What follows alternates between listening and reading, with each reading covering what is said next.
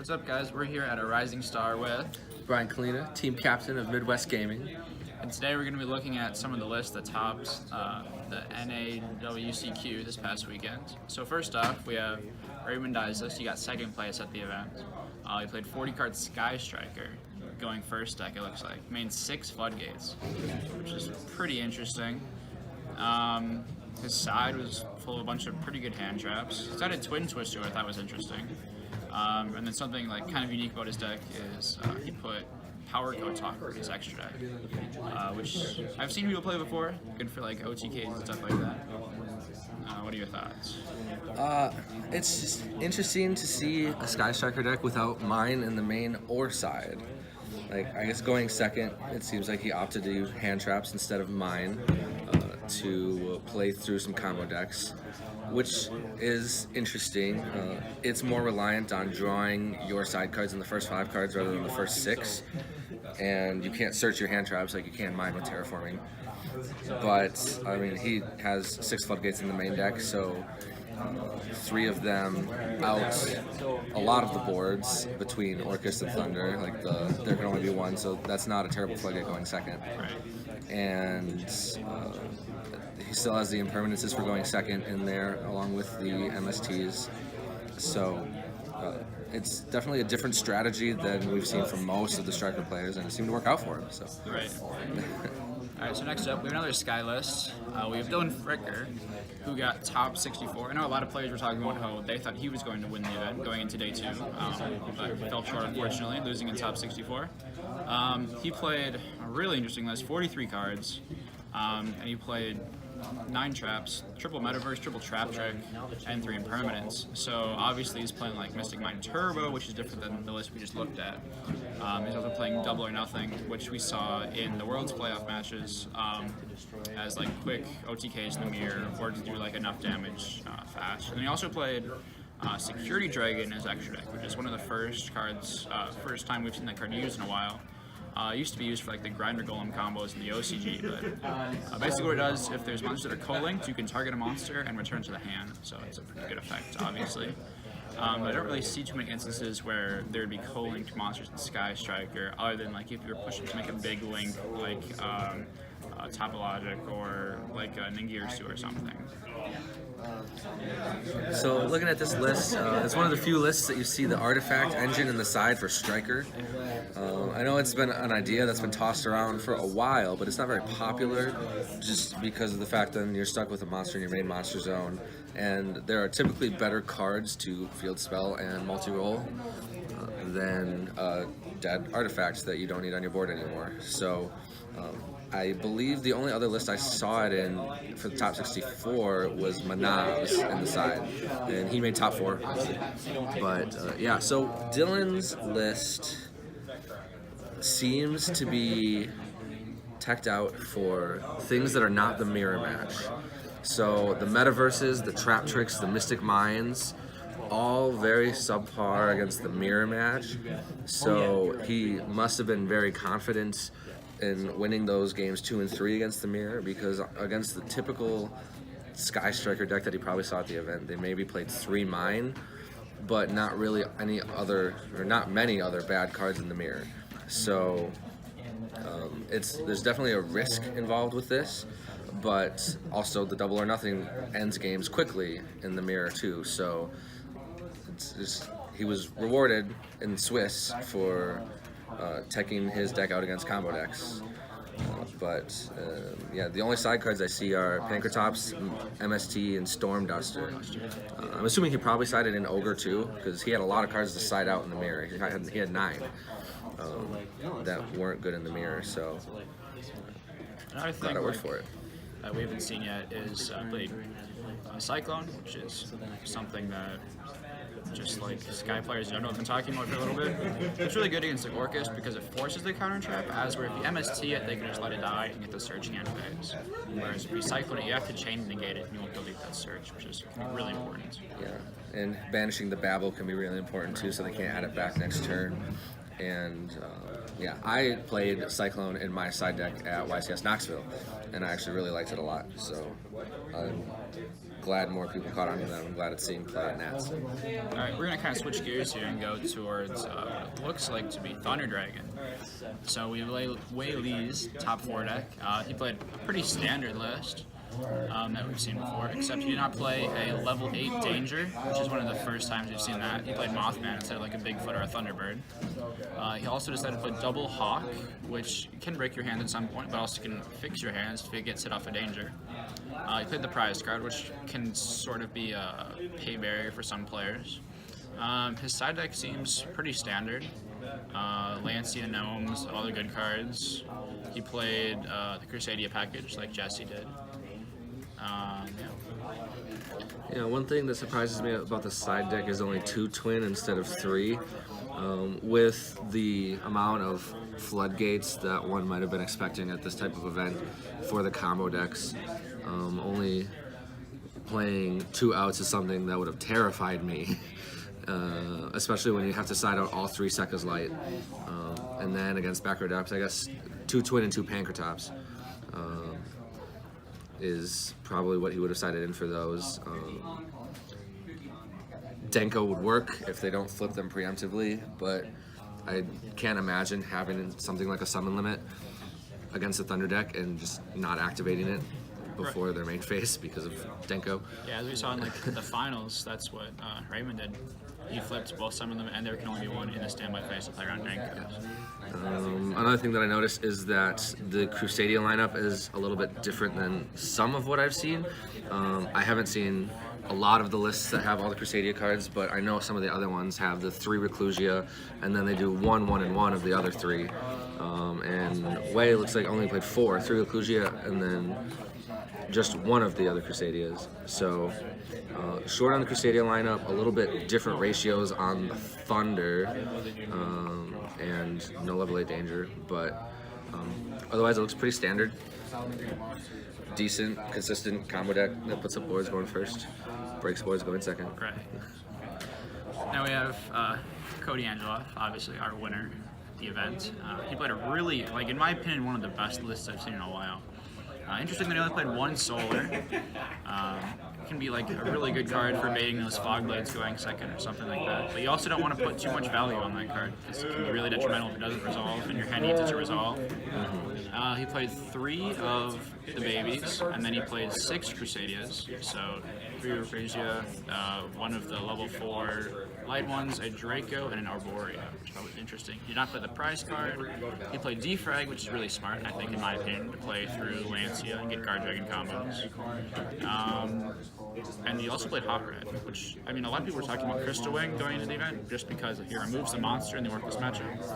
But what I've seen so far, everybody's playing Hot Red, so.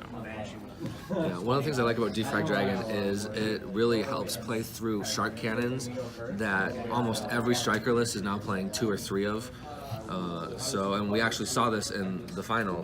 He probably would not have won game 1 if he didn't have that Defrag Dragon, because his opponent Shark Cannon the first Thunder Dragon, and then Cody shuffled 1 back with Sekka's Light and then activated the second one in hand to search the last one.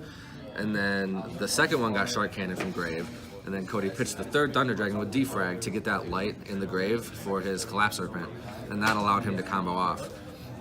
That was a really smart choice, I think. And yeah, one of the biggest things I like about this list is the fact that there's only 1 Solar. Thunder, especially going first, a lot of the times will need as many usable cards in their hand as possible to get their best boards. So if you're playing multiple Solar along with the Eclipse Wyvern, it's not something you really want to see multiples of. So minimizing those cards helps you not have to minus turn 1, and it just increases the consistency, which you can see was a really big thing. 1 Solar, not more than 40 cards. We know he had the prize card, but he didn't feel the need to put it in there to make a 41st card, because he just wanted to be his deck to be consistent as possible. And it worked, clearly. Yeah. Alright, so next up we have Orcus. We have Clayton Crosses from top 16. Played Danger, Orcust with Connector. Pretty standard list from what it looks like. Interesting parts was he played Greffer with Rhoda, but no Armageddon Knight, which I thought was interesting. 44 cards, pretty consistent list. 3 Nessie and then 2 Snake and 2 Jackal, similar to Avery Foster's list at top to YCS Knoxville. He sided Mine and Set Rotation, which is something Avery mains. He also sided Evenly Matched, which is something that I, for one, just hadn't considered because of Lancey being such a big threat.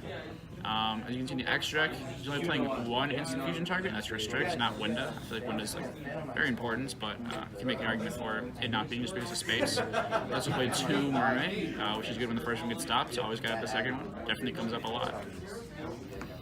Yeah, so the big thing that I'm seeing in this list actually is the inclusion of Connector and Aquadolphin versus something like Math or Scrap Recycler.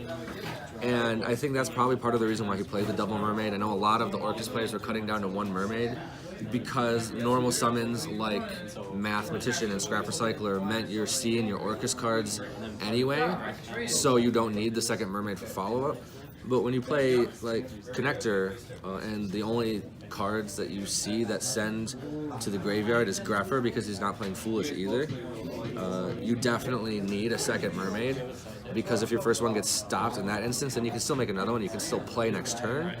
Whereas if you only have 1 without Math or Scrap, you just kind of hope I draw an Orcust monster, and if you don't, you auto-lose maybe games that you shouldn't. So I think the double Mermaid was probably important in a build that's like this, which is unfortunate because Winda is such a good card with Instant Fusion and Dingirsu. Almost always an auto-win. Not always an auto-win, but almost an auto-win in matches against combo decks. But the second Mermaid can come up a lot. So. Alright, for our next Orcust list, we have like a zombie Orcust variant.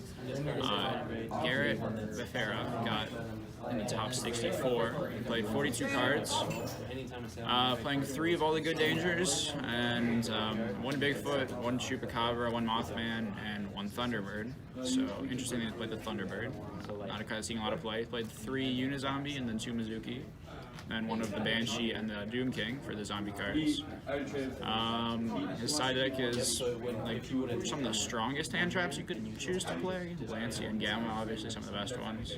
He also sided Evenly Matched, again, which we just talked about earlier. He's playing Winda, compared to the LA list, and he's playing some really interesting synchros. He's playing Oral Savage and Shooting Riser Dragon, one of the promos. Recently, and then he only played 2 Galatea, which I was interesting. He also has Curious in his X deck, which can do some interesting plays with like dangers. Since everything is dark, you can like manipulate how you play the game necessarily, and like you have the send Orcust monsters directly from your deck can be really good. Yeah, so typically in these combo decks, when you see Curious in the extra deck, you also see it paired with Griffin, because you can Curious send a Floodgate and then Griffin set the Floodgate. But he's not playing Griffin, so I'm assuming Curious either sends the zombie monsters or the Orcust monsters if you need to get access to them. And Necro Valley seems like a really strong field spell. That's Zombie World. Yeah. Never mind. Just kidding. I'm bad at this game. I'm not wrong. Necro Valley does seem like a really strong field spell, but you can't set that by banishing a zombie from the grave. Right. So. It's playing Zombie World, and that makes the zombie that like summons itself from grave a really good card to set with Curious too. So I like that he only played 2 Mizuki and 3 Unizombie. I know when you saw a lot of the grass decks, the zombie 60 card combo decks, 3 Mizuki was really popular because it's such a good effect to keep your combos going. But at the same time, it's not a starter, so you don't really want to draw it. So playing 3 Unizombie and 2 Mizuki, I thought was a really smart ratio call for this deck. Next we have Charlie Dubé, who was on the stream, I think it was round 6. He's playing his 60-card Burning Abyss Orcust deck.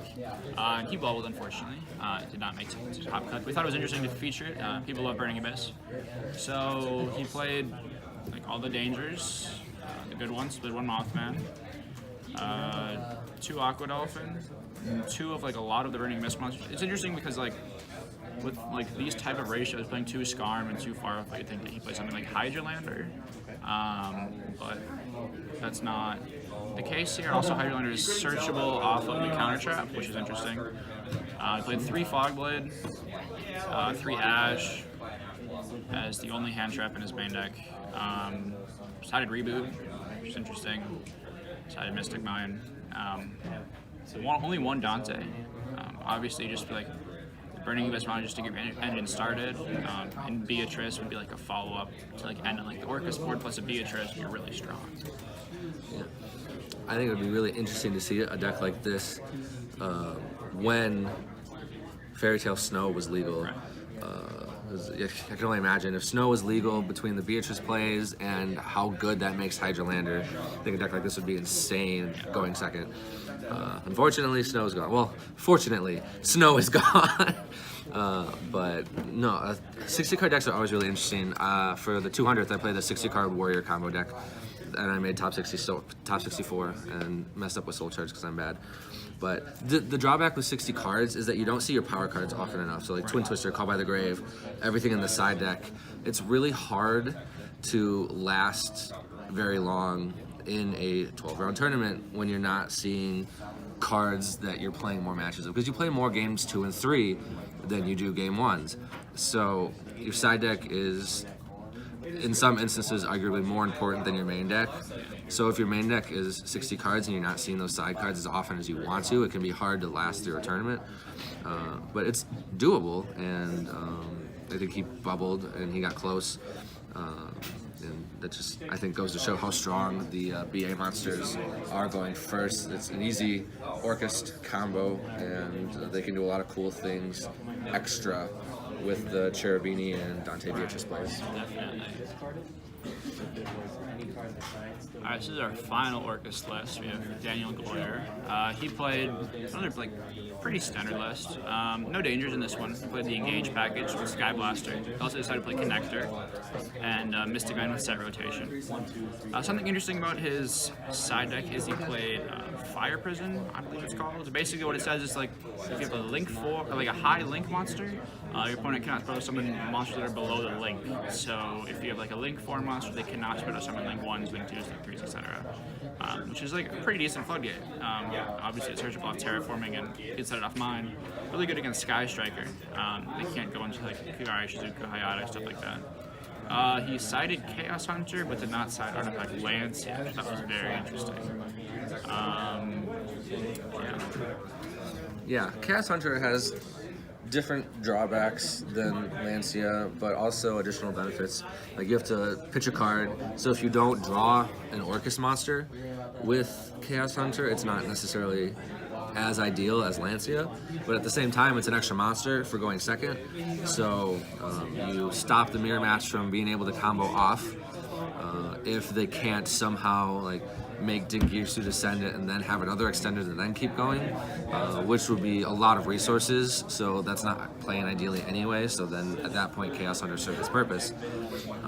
So if you are able to do that, and then that's just a free monster, and that makes a lot of one-card Orcus combos if you already have a monster on board, so definitely an interesting concept in the side deck.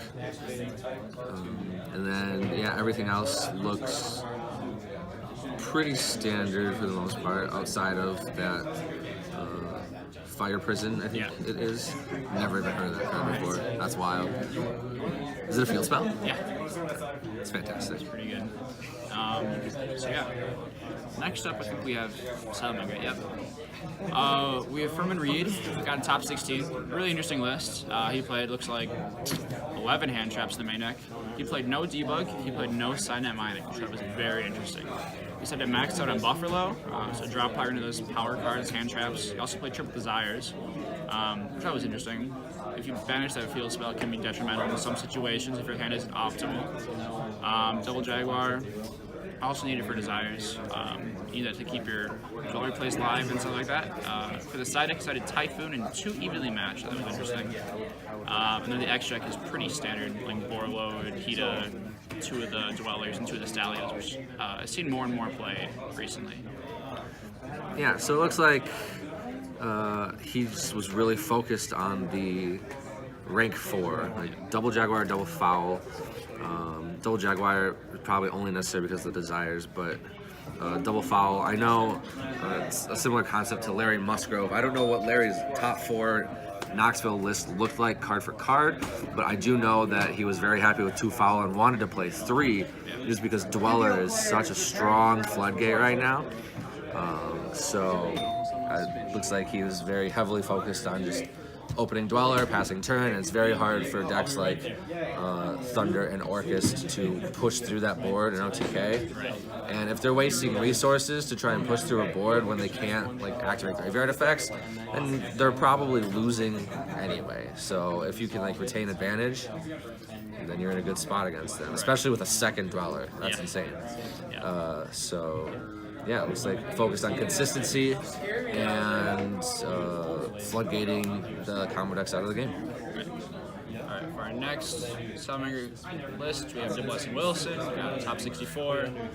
He played a pretty standard list up until we see the main Fusion of Fire, which some lists have been cutting. And he played the Paleozoic Diomiscus, which is like a karma cut. Does not discard his cost. Pretty good card. Being able to banish things, especially like if they target something with Phoenix, you chain it, banish the Phoenix. Can be very good in the Orcust matchup. Side of the artifact package, only 2 lanes. I thought that was interesting. But I assume if you're like siding Sanctum, you can also just special summon the Lancia off instead of the Scythe in order to draw the Scythe. Yeah, not much more to say about that. Yeah, the only thing that really kind of took me by surprise in this build was the Paleozoic Trap card. I didn't even think that was a card that was on anybody's radar for this. You don't see a lot of, well, maybe you do, maybe I'm just behind the times, but you don't see a lot of lists with 2 Foxy instead of 3. I feel like that's pretty standard, the one of the 3 of Salamangreat monsters. But it looks like there's also only 1 Foul. But with Cyanide Mining, I don't know that you need more than 1 Foul to consistently open Dweller. But another interesting thing, instead of 2 Dweller, he was playing Tornado Dragon. So instead of focusing on those 2 really big combo heavy matchups, it's like he tried to account for more variety in his matchups with his extra deck, which I think in this format was actually really important. Yeah, definitely. I think that there's the big 4, Thunder, Orcust, Salamangreat, and Striker, and I don't think anybody could have very easily predicted the ratio of decks you were going to see, so I think you had to kind of prepare for all of them. So I do like the Dweller Tornado Dragon in the extra deck. Alright, next up we have a couple of rogue decks. We have Mystic Mindburn by Jason Kantorvix. Sorry, I butchered your last name. You got top 64. You played Mystic Mindburn. I'm not really sure what to say about this. He's siding Chaos Trap Hall, which seems good against Orcust, I guess. Probably also against Thunder for Denko. Yeah, Denko definitely. But he did not side Solemn Warning. Interesting. Always a good card against Denko Seka. Prohibition seems like a good card against like Denko and Twin and stuff like that. Yeah, I don't know. Yeah, Prohibition seems like a really strong card for a deck like this, because when you know that there's only like 2 like really popular spell trap removal cards right now to outmine, between Twin Twister and MST. Cosmic Cyclone increased in play a little bit, but it wasn't the most popular card choice before, so you Prohibition, depending on the matchup, probably Prohibition MST in the Striker, I don't know. Because mine isn't good against Striker anyway, so you might want to Prohibition like other cards, because it's hard to like rely on mine for Striker. But in the like combo matchups between Orcust and Thunder, you Prohibition Twin Twister and activate mine, that has to be an auto win. Like they don't have other outs because they can't use monster effects. So I really like Prohibition. I think that's a really strong card choice. Alright, so that's all we have for you today. Thanks for watching, and tune in next week. We're going to be breaking down the European nationals and stuff like that, and also the ARG invitational lists. So, yeah, thank you.